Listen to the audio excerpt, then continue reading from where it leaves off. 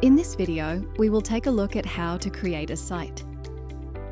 One of SiteSmart's key features is its ability to manage health and safety across any number of sites a company has.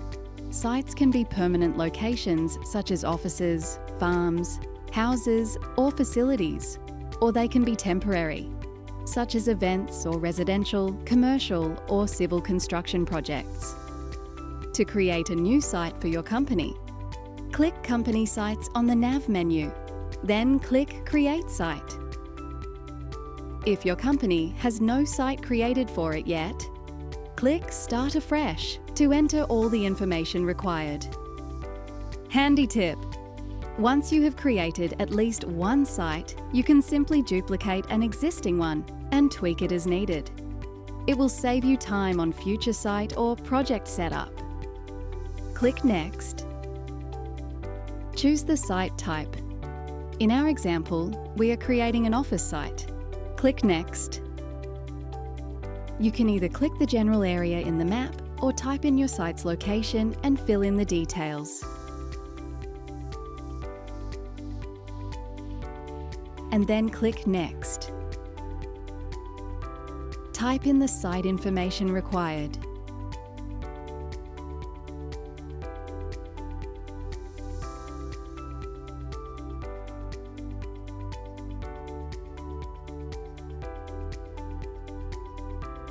Choose between private or public privacy setting. Private means only invited people can be inducted onto the site, view the site safety information, and raise safety notifications to managers. Public means anyone can be inducted, sign in, and raise safety notifications to managers. This setting is designed for public spaces, not private buildings or construction projects. For our example, we'll keep it private. Then click Create Office. If we had chosen a different site type, the button would say Create Site instead. And just like that, you've got a new site. But before you can invite your workers, contractors, or visitors to the site, you will need to do a few things and then publish the site. First, you need to create a site policy. This could be your company's overarching health and safety policy statement, or a site-specific one. Then, you need to create an emergency procedure and evacuation plan. Let's start creating the site policy. Click Create a Site Policy. Then, click Create Policy. You can use your existing company policy as this site's policy. Alternatively, you can create a new site-specific policy using the company policy as a starting point. Just keep in mind, any changes you make to the site-specific policy will not affect the original company policy. Click Use Existing Company Policy as this site's policy. Click Use as Site Policy.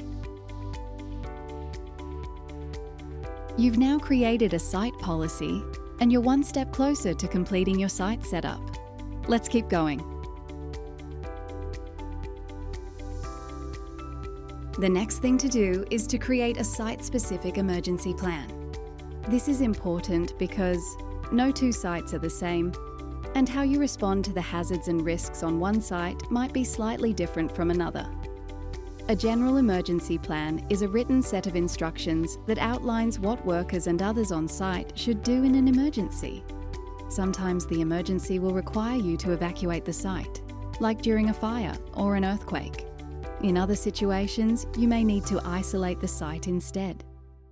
First, click the link to Create an Emergency Plan. Click Make a Plan. The next screen will show a SiteSmart General Emergency Plan template. You can use this template as is or edit it to suit your site. Once you are happy with the plan, click Save.